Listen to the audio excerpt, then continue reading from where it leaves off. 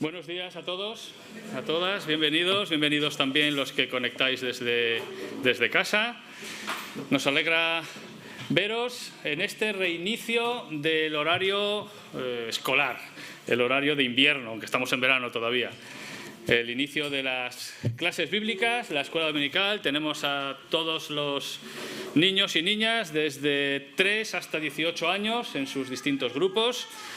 Si tienes alguna duda, pregunta a Arantxa o a Loida, las responsables de escuela dominical, para que sepas dónde pueden ir tus hijos.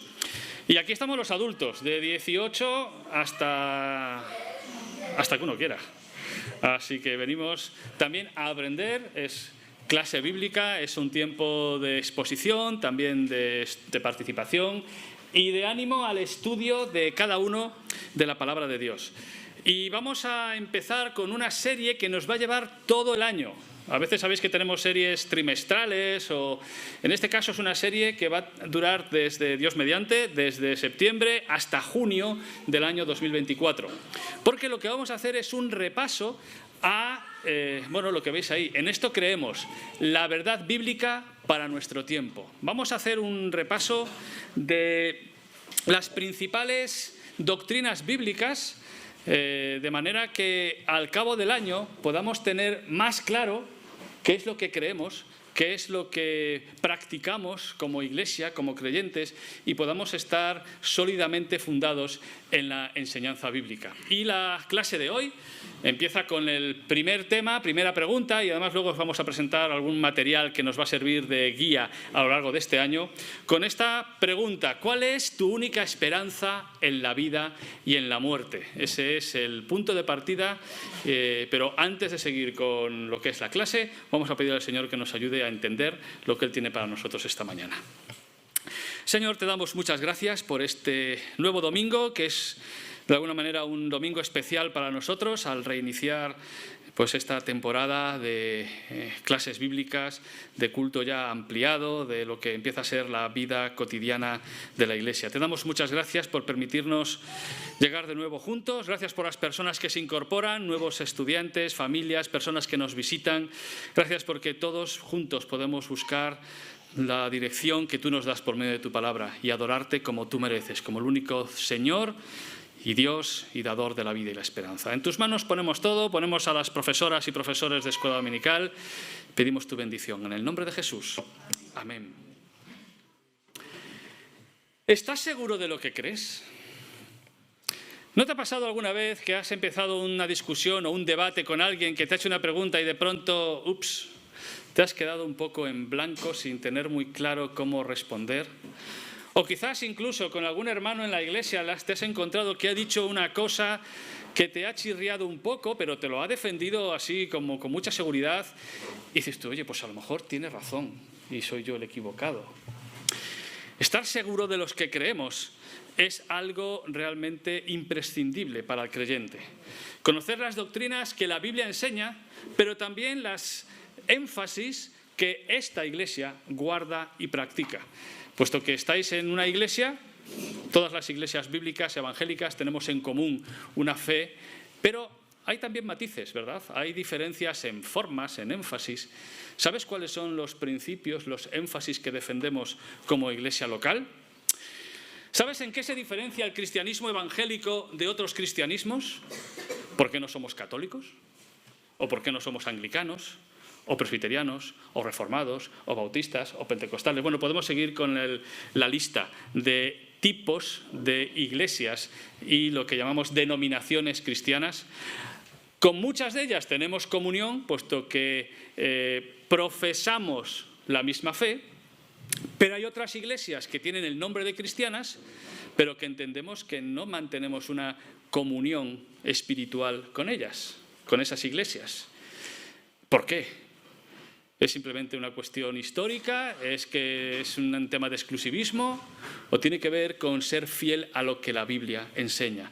¿En qué nos basamos que nos diferencia de otros que se pueden llamar cristianos? ¿Eres capaz de identificar cuando alguien está enseñando algo bíblico o cuando estás escuchando vamos a suponer por YouTube. Aquí no se escucha nada que no sea bíblico, ¿verdad?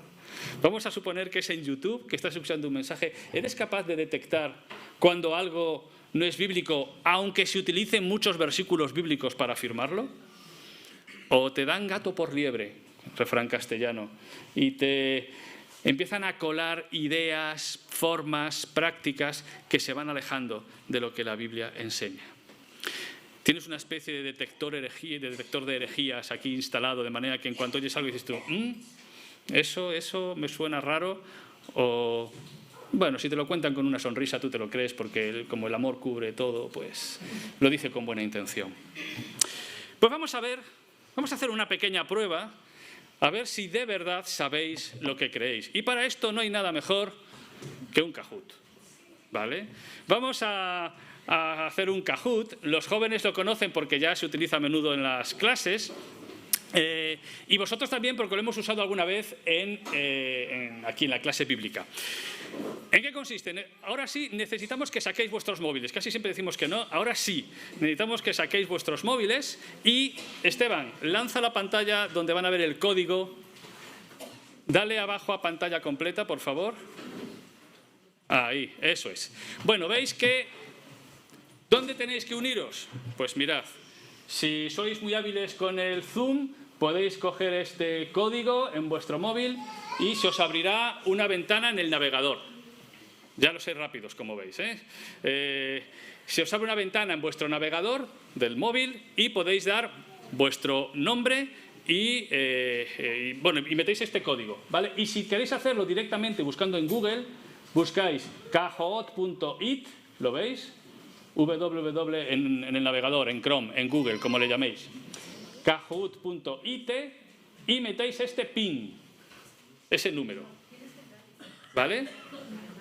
Tenéis que entrar ahí. Voy a esperar unos minutos para que podáis acceder. Si no sois muy hábiles con el móvil, pedid a un joven a vuestro lado que os eche una mano y así os conectáis, ¿vale? De momento tenemos 5 valientes. Si os pide que os descarguéis la app, no hace falta descargarla, podéis ir directamente, dice, o seguir en el navegador. Seguir en el navegador porque no hace falta descargarse nada. Los que estáis desde casa, podéis hacerlo si es en directo. Si lo estáis viendo después tomando el café, olvidaros porque ya no está activo el Kahoot. Pero si estáis ahora en directo, podéis entrar y poner vuestro nombre. Si ponéis que lo hacéis desde la red, genial, así sabemos que estáis desde fuera entrando. Muy bien, van entrando alguno más. Venga, estupendo. Ala, venga, muy bien. Los que no entréis, vais a poder participar también, no os preocupéis. Podéis jugar viendo, simplemente. Bueno, tenemos un buen grupito ya.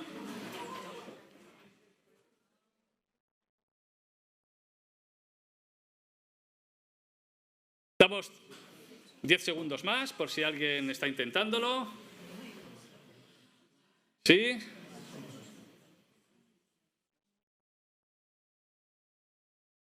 ¿Qué necesitas? No. Vale. Vale. ¿Habéis entrado? Sí. Vale. Muy bien. ¿Alguien más así que quiere que esperemos o ya empezamos? ¿Ponéis el nombre? Sí, un nombre reconocible. Eso es, muy bien. Bueno, ahí empieza a entrar gente, hay 25, uno se ha ido, 24. No te vayas, seas quien seas. No seas tímido.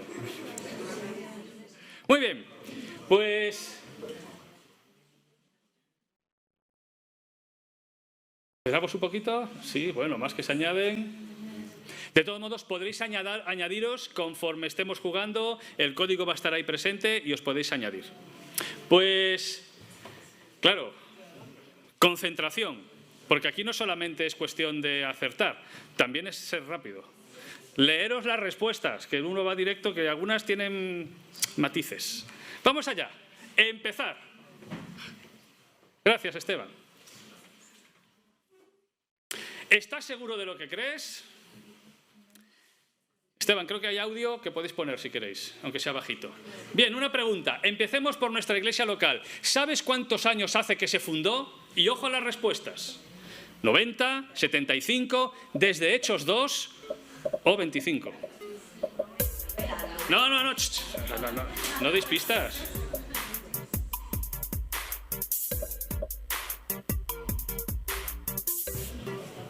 10 segundos, quedan algunos que no hayan contestado.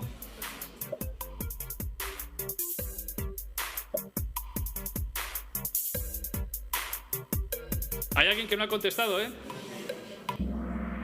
Ya, eso sí.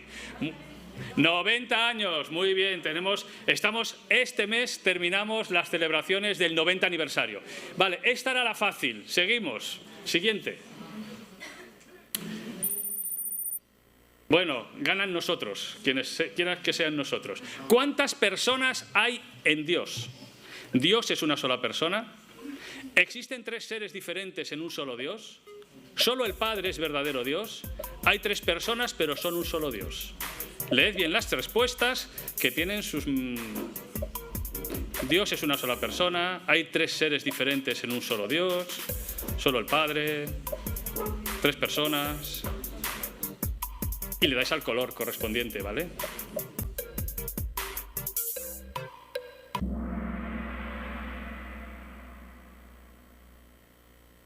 Por aquí ya hay un tema, al que le toque este tema, que sepa que hay 3 personas, pero son un solo Dios. No hay 3 seres diferentes, no hay 3 seres diferentes, es un solo ser divino. Siguiente, vamos a ver cómo está el marcador. Bien, el grupo nosotros en cabeza. Siguiente. ¿Qué es cierto sobre la divinidad de Jesús, el Hijo de Dios? ¿Qué es cierto? Que es Dios pero fue creado por el Padre, que es Dios pero inferior al Padre, que es Dios igual al Padre y que se convirtió en el Hijo de Dios en su bautismo. Todo esto lo enseñan iglesias. Todo esto lo enseñan iglesias cristianas, Así que a ver de cuál sois. Es Dios igual al Padre. No fue creado por el Padre, no es una criatura, no es inferior y no se convirtió en Dios en el bautismo. Es Dios desde toda la eternidad. Siguiente. Nosotros tienen que estudiar este tema. Siguiente. No son los ancianos, el grupo nosotros. Jesús tomó forma humana, pero no era completamente humano porque su Padre era Dios. Así que completamente humano no era. ¿Verdadero o falso? Ay, ay, ay. Ay, ay, ay. Era completamente humano.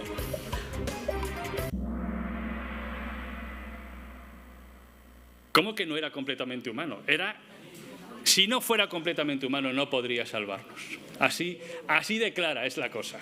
Así que a repasar también. Siguiente, por favor. Puntos dobles. ¿Cuándo se produce el bautismo del Espíritu Santo en el creyente? Al nacer de nuevo o convertirse, es una experiencia después de la conversión, cuando te bautizas en agua o cuando hablas en lenguas.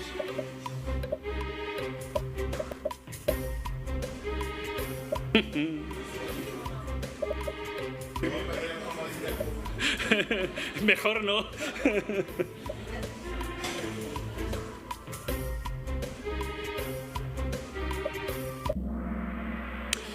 La palabra de Dios dice que el que no tiene al Espíritu no es de él, no es de Dios. Todos los que nacen de nuevo han recibido el Espíritu Santo y por tanto todos somos bautizados en el Espíritu Santo. Al que le toque el tema del Espíritu Santo se aclarará los puntos bíblicos. Luis, ¿dónde está Luis? Encabezando el ranking. Siguiente. ¿Verdadero o falso? Hablar en lenguas es la manifestación externa de estar lleno del Espíritu Santo. ¿Verdadero o falso? No, bueno, vosotros...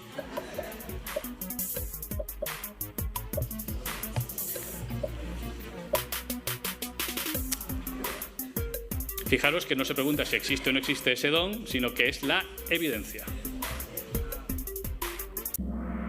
Pues claro que es falso. Lo siento por el que piense que es verdadero. Podemos hablar de ello si quieres. Siguiente. ¿Alguien ha sido más rápido que tú, Luis? ¿Un cristiano puede perder la salvación? Ojo a las respuestas, leedlas bien. ¿Solo si peca voluntariamente? ¿Un nacido de nuevo es salvo para siempre? ¿Necesita tomar la comunión para no perder la salvación?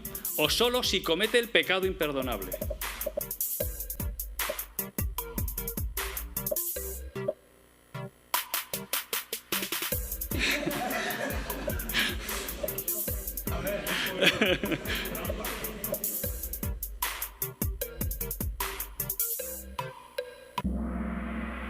Un nacido de nuevo es salvo para siempre. Y si alguien tiene luchas o dudas con el pecado imperdonable, podemos hablar de ello. Pero ese no es el pecado que comete el creyente. Muy bien, vamos al siguiente. Quedan solamente dos, pero esta vale doble. Esto puede marcar la diferencia, Luis. ¿Cómo es el gobierno de nuestra iglesia local? No digo si bueno o malo. ¿Solo gobierna el Señor? ¿Hay un pastor principal y varios ancianos? ¿Hay varios pastores o ancianos iguales? ¿Gobierna una asamblea de hermanos?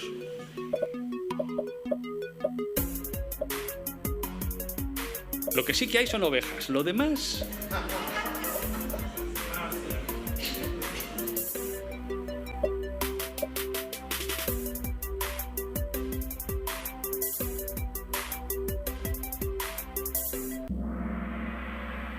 Uy, uy, uy.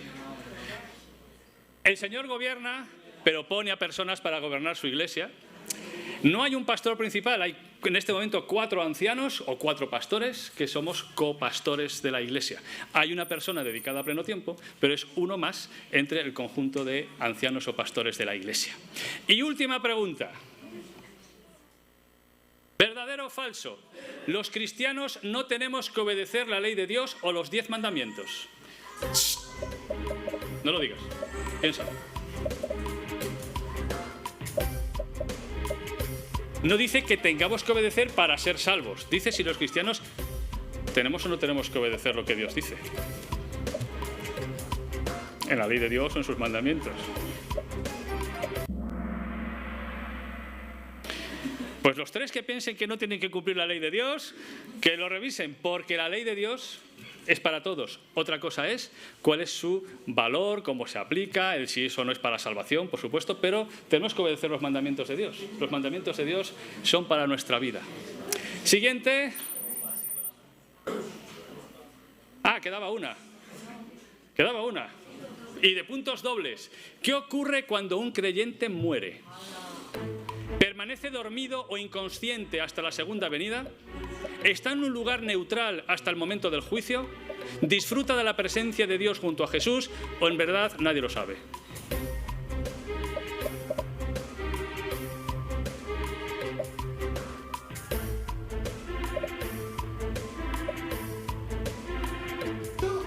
Si habéis estado en algún funeral cristiano, no se puede corregir. Se puede volver a Éfeso, pero no corregir, lo siento. Disfruta de la presencia de Dios. El creyente que muere en el Señor está en la presencia de Dios. Veo que aquí está la cosa... Bueno, ¿cómo queda el ranking? En tercer lugar, Samu. Bien. En segundo lugar, Gustavo. Y nuestro... ¿Quién? Nuestro hermano Luis. El premio es la satisfacción de saber que tienes las ideas claras, Luis. Estupendo. Bueno, pues de estos temas y otros es lo que vamos a tratar. Puedes retirarlo ya, gracias Esteban. Si nos pones... Ahí estamos, muy bien. Pues lo que vamos a pensar ahora, durante los minutos que nos quedan, es en una herramienta, un instrumento que las iglesias cristianas, desde muy pronto en su historia, han utilizado precisamente para estar seguras de lo que creen. Y es la creación de confesiones y bases de fe. Y tiene que ver con la necesidad, precisamente, de definir, de explicar, de aclarar qué cosas son verdad bíblicamente y qué cosas un creyente no debería creer. Y esto es algo que desde el principio el Señor lo dejó claro para el pueblo de Israel y vemos que también para la Iglesia. Escucha, oh Israel, este era un texto, el Shema, era el texto que todo israelita debía aprender, incluso luego lo llevaban colgado, y uno de los textos más antiguos, que es un pequeño rollo metálico donde está grabado un texto bíblico, es precisamente este texto. Escucha, oh Israel, el Señor es nuestro Dios, el Señor uno es. Amarás al Señor, etcétera, etcétera. Estas palabras estarán en tu corazón, las enseñarás, hablarás de ellas, serán como una insignia, como una señal en tu mano. Y algunos lo han cumplido muy literalmente, que las tengan puestas, visibles, pero sobre todo la importancia de enseñarlas, de practicarlas, de tener claro quién es Dios y qué es lo que Él nos pide que hagamos en nuestra vida cotidiana. Desde el principio, el pueblo de Israel tenía claro que esto es así. Cuando a Jesús le preguntaron cuál era el mandamiento más importante, también les dejó claro la importancia de saber quién es Dios, cómo debemos relacionarnos con Él, cómo debe ser nuestra vida y cómo debemos relacionarnos con el prójimo. Es decir, una mínima declaración de fe. ¿Qué es lo más importante? ¿Qué tenemos que creer? ¿Qué es aquello que es imprescindible para que nuestra fe esté bien fundamentada? El apóstol Pablo, hablando a los romanos y también escribiendo a Timoteo, nos dijo la importancia de confesar qué es lo que creemos. Y lo que marcaba la diferencia de si alguien pertenecía o no pertenecía a la comunidad cristiana, inicialmente era muy sencillo, porque decir que Jesús era el Señor ya te separaba de toda la comunidad judía en la que pertenecías o del mundo gentil, del mundo pagano que estaba a tu alrededor. Esa confesión tan sencilla simplificaba o simbolizaba todo un cambio radical, tanto del mundo judío como del paganismo cristiano. Era una expresión básica de fe. Si confiesas que es el Señor y si crees en lo que sigue siendo el principal escollo o escándalo para muchos, el creer que Dios puede intervenir en la historia a través de un hombre que era también Dios y que resucitó de la muerte. Eso hoy sigue siendo para muchos algo que pueden aceptar, que tú creas una serie de cosas, que te haga bien, pero creer que eso es verdad, pues es esencial para ser cristiano. Mirad ahí condensadas dos ideas básicas de la fe cristiana. Y desde muy pronto, en las iglesias, empezaron a crearse como fórmulas memorísticas. Ser capaz de recordar 4, 5, 6 cosas, porque ya no bastaba solo con decir que Jesús es el Señor, también hay que aclarar que es Dios y es hombre. Había que empezar a perfilar, a ajustar un poco más lo que la Biblia enseñaba. Pero mirad, una de las primeras fórmulas doctrinales del Nuevo Testamento la expresa Pablo en 1 Timoteo 3:16. Grande es el misterio, la revelación, el contenido de nuestra fe. Fijaros cuánta enseñanza doctrinal hay aquí. Él, Cristo, se manifestó como hombre, fue vindicado por el Espíritu, visto por los ángeles, proclamado entre las naciones, creído en el mundo, recibido en gloria. Y ahí habla de la historia y de la persona y de la redención, en unas pocas frases. Tenemos también el peligro de ignorar. Y este acontecimiento tiene que ver cuando los discípulos de Juan el Bautista se encuentran con los apóstoles y dice, pero ¿no recibisteis el Espíritu Santo cuando creísteis? Es que ni siquiera habíamos oído hablar de él. Y este grupo de discípulos de Juan el Bautista necesitaban conocer la revelación completa. Era una etapa de transición. El mensaje de Jesús acababa de ser proclamado. Ellos se quedaron como al margen y se reintegraron en esta corriente general del cristianismo. Qué importante es no ignorar lo que la Biblia dice y lo que el Señor tiene para cada uno de nosotros. Es importante también, no vamos a leerlos ahora, pero ser capaces de preservar, retén la forma, retén de las palabras de la buena doctrina, defiende lo que crees, contiende por la fe que de una vez para siempre ha sido dada a todos los santos. Somos llamados a preservarla, a defenderla, pero también a diferenciar la verdad del error, para no dejarnos confundir con doctrinas que no es simplemente una cuestión de una idea u otra, es que implica si adoras o no al Dios verdadero o si tienes una vida conforme al Hijo de Dios que dices que eres. Para ello, pasado ya en la primera generación de cristianos, las iglesias hicieron algunas producciones literarias donde resumían la fe. Es lo que se llaman los credos. ¿A alguno eso le suena a lo que tenía que repetir hace años las generaciones anteriores en la escuela, ¿verdad? Y a la catequesis católica, pero los credos es algo que forma parte de la tradición cristiana, no católica, de la tradición cristiana desde los primeros siglos. Y en este caso, ahí tenéis un resumen, lo que se conoce como el símbolo romano, que luego fue ampliado y se convirtió en el credo apostólico. Ya las primeras generaciones resumieron, y eso era lo que un recién convertido o bautizado tenía que aprender, era la esencia de la fe.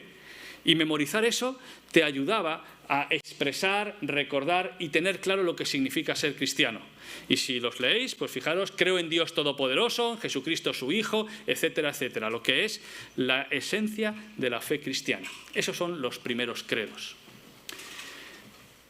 Pero pronto empezaron a surgir debates, predicaciones que tergiversaban o que contaban solo una parte de lo que la Biblia y el Evangelio contaba. Entonces, los representantes de las iglesias de todos los lugares del Imperio Romano y de más allá del Imperio Romano, aunque eso todo tiene una historia política por detrás, que no vamos a hablar ahora de ella, se reunieron para establecer con más claridad algunas cosas. Por ejemplo, fijaros cómo el primer párrafo pues es muy parecido al del credo anterior. Creemos en un solo Dios, pero fijaros el segundo párrafo. Creemos en un solo Señor Jesucristo, el unigénito Hijo de Dios, engendrado por el Padre antes de todos los tiempos, luz de luz, Dios verdadero de Dios verdadero, engendrado, no creado, por el que todo hecho, por el que... ¿Aquí qué problema había? ¿Lo detectáis? ¿Qué había que aclarar?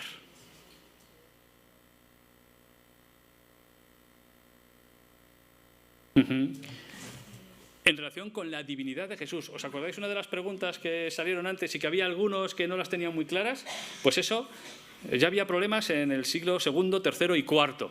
Y en el siglo IV se intentó definir, claro, memorizarse esto ya es un ejercicio un poco más complicado, pero es que quedase escrito claramente lo que se quiere decir acerca del Hijo, luego del Espíritu y luego de otras cosas, pues no había tanto debate, pues ya se daban por explicadas.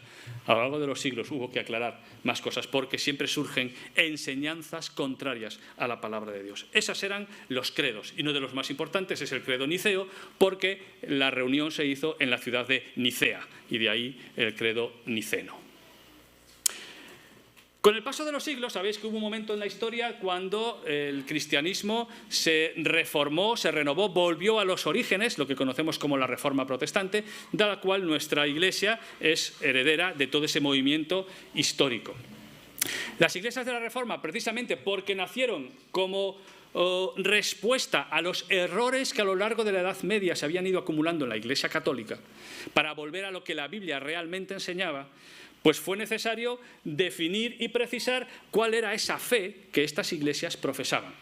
De ahí que se hicieron una serie de confesiones, que son documentos que distintas iglesias redactaron, elaboraron, para poner por escrito cuál era la fe que les identificaba. Claro, a veces esto significó también una oposición entre distintas iglesias, que es una de las señas de identidad, podemos decir, negativas del mundo protestante y evangélico, que es la fragmentación, la división entre distintos tipos de iglesias. Pero el objetivo era, sobre todo, dejar claro qué doctrinas nos identifican y qué doctrinas consideramos que son bíblicas. Simplemente os anoto 3 o 4 de las confesiones de fe más influyentes desde el siglo XVI hasta la actualidad. En el caso anglicano, el documento llamado Los 39 Artículos y el libro de oración. Una de las más influyentes en todo el mundo y en iglesias que ni siquiera tienen vinculación histórica es la confesión reformada de fe de Westminster de 1647. Los bautistas también tienen su propia confesión de fe que está, por decirlo así, por detrás de lo que es la estructura y las doctrinas de la mayoría de las iglesias bautistas, pero eso ya viene del siglo XVII. Viniendo al mundo más cercano, el Pacto de Lausana es una especie de confesión de fe del movimiento evangélico y su vinculación con la evangelización y la obra social. Y fue una reunión muy importante para el mundo evangélico, que ha tenido luego sus distintas reediciones, promovida por personas que os sonarán como Billy Graham, John Stott, pues expresaron lo que debía ser la esencia del movimiento evangélico, ese regreso a principios bíblicos. Y todas las iglesias, o la inmensa mayoría de las iglesias, tienen lo que se conocen como bases de fe. En sus estatutos o en su página web o en algún documento tienen unas bases de fe en las que se identifican como evangélicos. Os pongo simplemente un recorte de 2 confesiones de fe. La confesión de fe de Westminster, el principio, pues empiezan a hablar de la Biblia, de la persona de Dios, de la persona del Hijo, y son ya párrafos más largos, son documentos más largos. Y todos suelen tener también, como veis aquí, en este no aparece porque lo tiene más abajo, los textos bíblicos en los que se basan para expresar esa fe. Si entráis en la página web de la Iglesia, nuestra Iglesia tiene unas bases de fe muy básicas, que son las bases de fe de la Alianza Evangélica Española, de lo que sería el conjunto de las iglesias evangélicas, que no entra a diferenciar matices de organización o de escuelas teológicas, sino que expresa lo que es lo esencial de la fe cristiana, de la fe evangélica. Eso sería, por decir así, el mínimo común entre todo el pueblo evangélico. Y si entráis en nuestra página web, ahí están. Otras iglesias tienen lo mismo, mucho más desarrollado. Bueno, nosotros no queríamos aburrir con mucha lectura y por lo menos si alguien viene de fuera, alguien visita y busca iglesias evangélicas en Salamanca, pues por lo menos que sepa que somos una iglesia evangélica y que se identifica con esta doctrina evangélica. Así que eso es valioso que exista y que esté ahí. Ahora, una cosa es que las cosas estén publicadas, que se hagan documentos. Una cosa diferente es enseñarla. Y también, desde muy pronto, las iglesias cristianas establecieron lo que se llaman los catecismos. Que una vez más, ¿a qué nos suena catecismo? Al catecismo del Padre Astete, ¿verdad? Que algunos habéis tenido que estudiar, o a algo que es... esto es cuestión de viejunos, ya sabes. Así que a los jóvenes el Padre Astete ni os suena. Pero yo tampoco he estudiado el catecismo del Padre Astete, pero tema que sí estudiaban los un poco más mayores que nosotros, ¿verdad? ¿O me lo estoy inventando? No. Ah, vale. Era obligatorio, sí, eso ya tiene que ver con la historia de nuestro país. Pero un catecismo como tal no es malo. El catecismo viene de la palabra griega que significa enseñar oralmente. Es decir, es enseñar a alguien las verdades esenciales de la fe. Y en realidad el catecismo fue una magnífica estrategia pedagógica. Era una innovación didáctica. Era el Cajut del siglo XVI, porque lo que permitía era que las personas tuviesen claras las ideas esenciales de la fe cristiana. Spurgeon decía, en el siglo ya XIX, estoy persuadido de que el uso de un buen catecismo en nuestros hogares servirá para protegernos ante los errores de nuestro tiempo. Y no tenía internet. ¿Cuántas cosas entran en casa, entran en nuestras familias, ideas?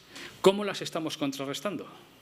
La idea de un catecismo cristiano era precisamente cosas muy concretas, preguntas y respuestas, preguntas claras, un memory, preguntas claras y respuestas de tal manera que tú sabes qué es lo esencial de la fe cristiana. Y en eso consistía un catecismo, en elaborar una pregunta y una breve respuesta que te ayuda a tener algunas ideas claras. Como pasa con el carnet de conducir, que tienes que hacer y tener 3 o 4 ideas, pero en este caso te va la vida si sabes o no sabes el manual de la palabra.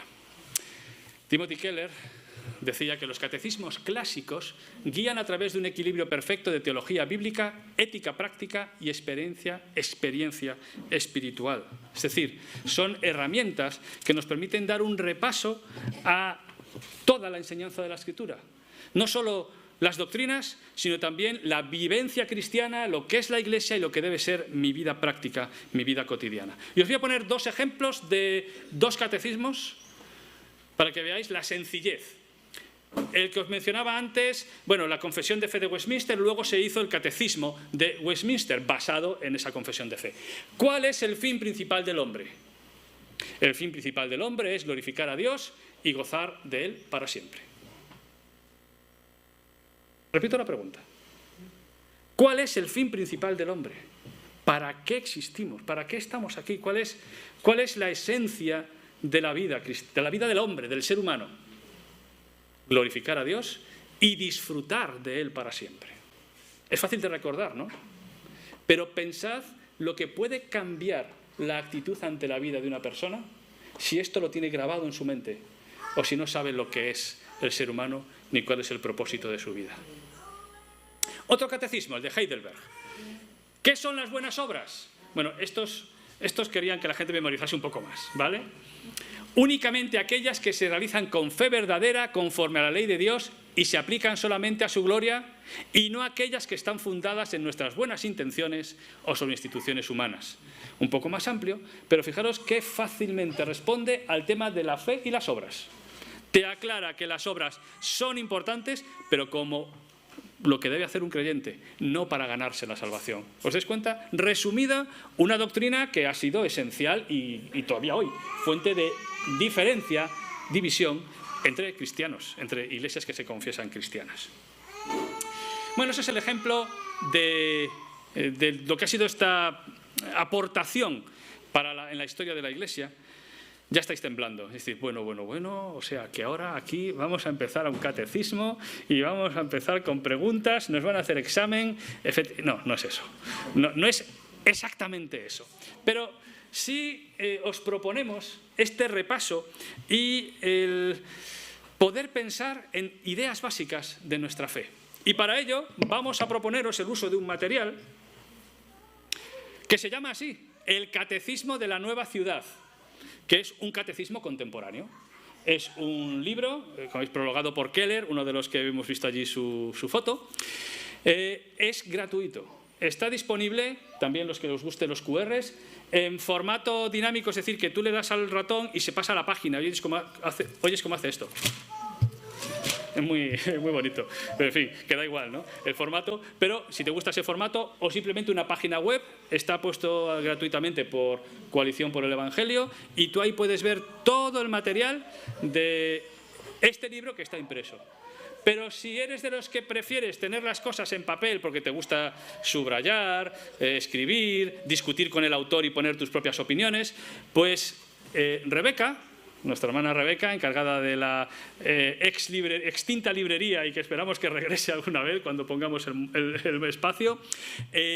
Si alguien quiere comprar este libro, que no me acuerdo cuánto cuesta, 13,99 pone aquí, pues podéis encargárselo a Rebeca, que hará un pedido de varios libros, lo hará en estos días. Así que si tenéis interés, pues en tenerlo impreso, hablad con Rebeca. Y si no, yo os recomiendo que lo descarguéis, que accedáis a él, porque la idea va a ser que después de cada clase bíblica el domingo tengamos la oportunidad de utilizar este material en nuestras casas, que podamos aprovecharlo como una herramienta, pues por ejemplo, ¿por qué no?, para un devocional en nuestra casa. Incluso trae una respuesta de cada pregunta, una respuesta abreviada para niños, que es una línea, que solamente tienes que recordar una línea. Luego creo que la tengo por aquí. Sí. También está pensado para que tú puedas usarlo como un devocional. Está dividido en 52 temas. Nosotros no vamos a ver 52, vamos a ver 39, pero está dividido en 52 temas. Puedes usarlo un día a la semana como devocional durante un año, por ejemplo. O en tu casa, con tu familia, a solas. Incluso puedes, ¿por qué no?, coger una tarjeta de estas pequeñas de memorización y poner la pregunta, la respuesta y el texto bíblico por el otro lado. Y ir recordando, memorizando estos materiales. Bueno, esa es la idea. Recomendación. ¿Para qué? Para poder estar seguros de lo que creemos y fundamentar nuestra fe en la palabra de Dios. La pregunta de hoy del catecismo, la pregunta de hoy del tema que vamos a empezar y que vamos a ver en su respuesta solamente en 5 minutos. ¿Cuál es tu única esperanza en la vida y la muerte? Y la respuesta es que no nos pertenecemos a nosotros mismos, sino que somos en cuerpo y alma, en la vida y en la muerte, de Dios y de nuestro Salvador Jesucristo. Fijaros, ¿cuál es tu única esperanza? ¿Cuál es aquella cosa que mueve tu vida, que le da sentido a tu vida, por la cual tú organizas todo el resto de tu vida? Pues empiezas afirmando que no te perteneces a ti mismo, sino que somos de Dios, en cuerpo y en alma, no separando las dos cosas. Sea en la vida o en la muerte, en cualquier circunstancia, sabemos que somos del Señor. Y eso viene acompañado de un texto bíblico. Versión resumida. ¿Cuál es tu única esperanza? Que no nos pertenecemos a nosotros mismos, sino que pertenecemos a Dios. ¿Os dais cuenta que viene aquí marcado respuesta para niños? Así está en la página web. Si tú entras en la web, tienes la opción de respuesta para niños. Puede ser para niños o para mayores, que solo quieran una línea, no importa. Si es más fácil recordar eso, recuerda esa frase, porque esa frase puede marcar el tener claro qué decisiones tomar en tu vida cotidiana. Porque en realidad la pregunta es, ¿qué es lo que ocupa el centro de tu vida? ¿Qué es lo más importante? ¿La vida del hombre en qué consiste? Pues no consiste en la abundancia de las cosas que posee. La vida del hombre no consiste en acumular cosas.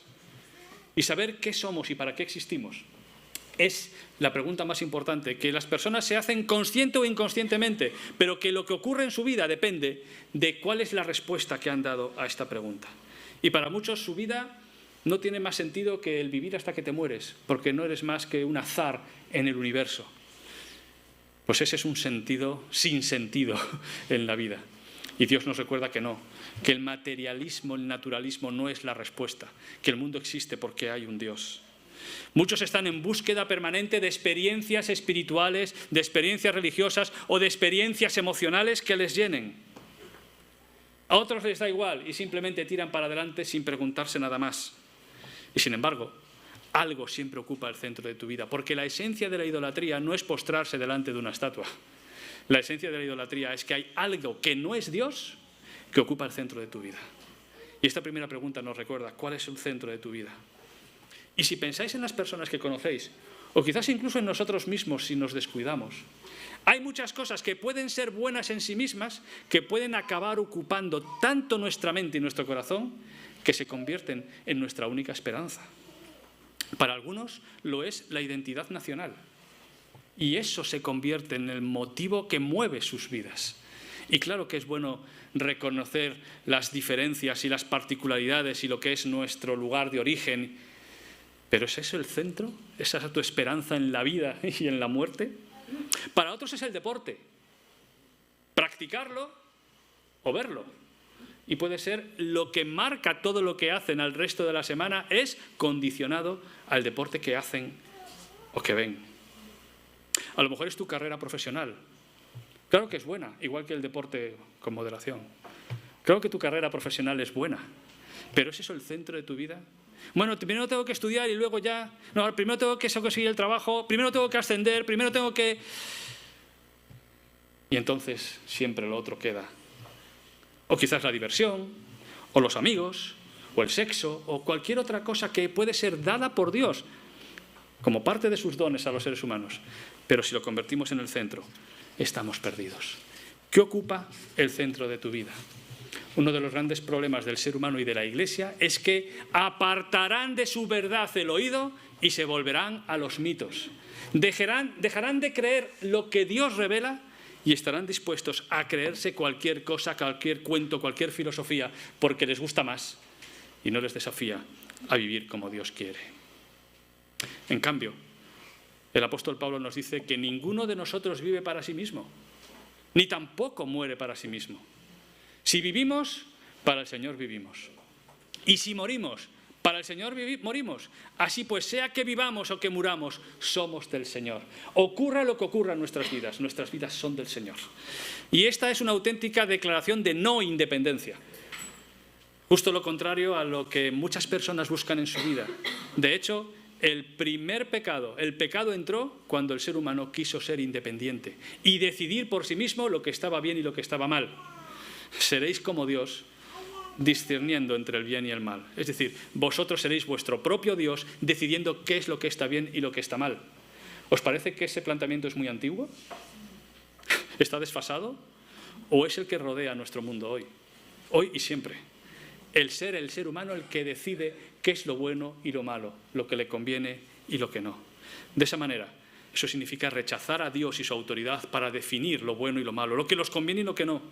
Y así la humanidad está descarriada. Y los creyentes pueden vivir confundidos y con conflictos innecesarios en su vida. Sin embargo, tenemos que reconocer y recordar que no somos nuestros. Los hijos de Dios hemos sido redimidos, rescatados, comprados por precio. ¿Y qué precio? ¿Verdad? La sangre de Cristo, su vida, la entregó para rescatarnos y liberarnos de quien nos esclavizaba, para hacernos dependientes del verdadero Dios. Bendita dependencia. No nos pertenecemos a nosotros mismos. Es un amo liberador que nos redime del mal y nos dirige hacia aquello que es bueno y nos conviene como personas. Y eso tiene muchas implicaciones.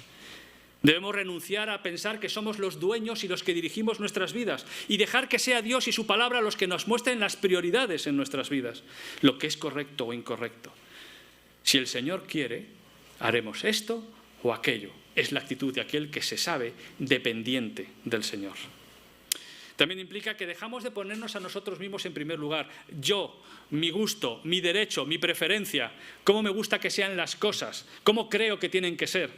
No nos damos cuenta cuántas veces somos nosotros el centro y queremos que todo sea a nuestro gusto, en muchos ámbitos.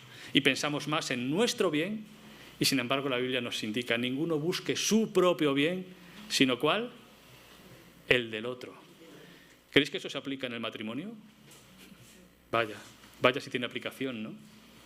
¿Y en la familia? ¿En el trabajo? Incluso en el trabajo. ¿Y en la iglesia? En todos los sitios, ¿verdad? Y en tercer lugar, implica el confiar en el Señor en cualquier circunstancia. En la vida o en la muerte, en la salud o en la enfermedad. A todo estoy enseñado, sé vivir en pobreza y sé vivir en abundancia, dice el apóstol Pablo, porque todo lo puedo en Cristo, que me fortalece, porque eres el Señor de mi vida. Puedo confiar en que en la vida o en la muerte, en las circunstancias felices y en aquellas difíciles, el Señor sigue teniendo el control y la autoridad sobre mi vida.